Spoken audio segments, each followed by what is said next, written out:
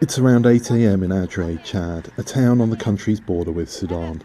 Chadian citizens are returning from Geneina, the capital of West Darfur state, which some experts say has experienced more intense fighting than Sudan's capital, Khartoum, in recent weeks. One returnee spoke to VOA just after crossing the border from Sudan.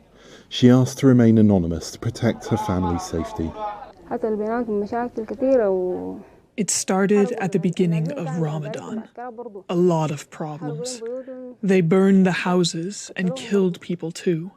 A lot of them. At first, they were on the outskirts of the city, but then they came to the interior neighborhoods. They robbed the market. They broke everything, especially in stores and markets. They took everything from them.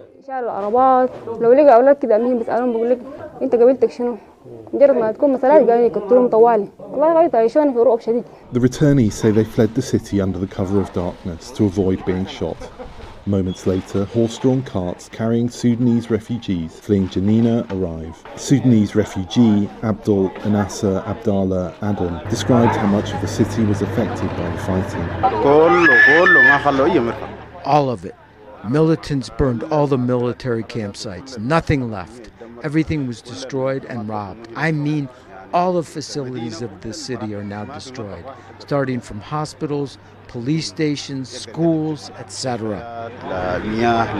Fighting between Sudanese armed forces and the paramilitary rapid support forces, which this video purports to show, is tearing the city apart.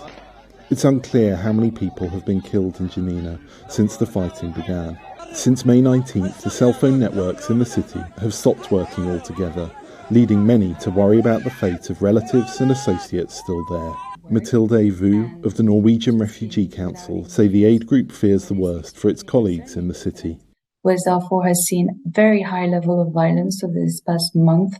There's been several attacks.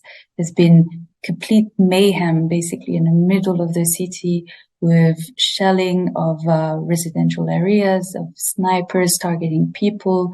There's been completely burned down of displacement camps, and a lot of people have had to flee somewhere in the city, but nowhere is actually safe. The population of Geneina was around 250,000, but tens of thousands have fled to refugee sites in Chad like Barota.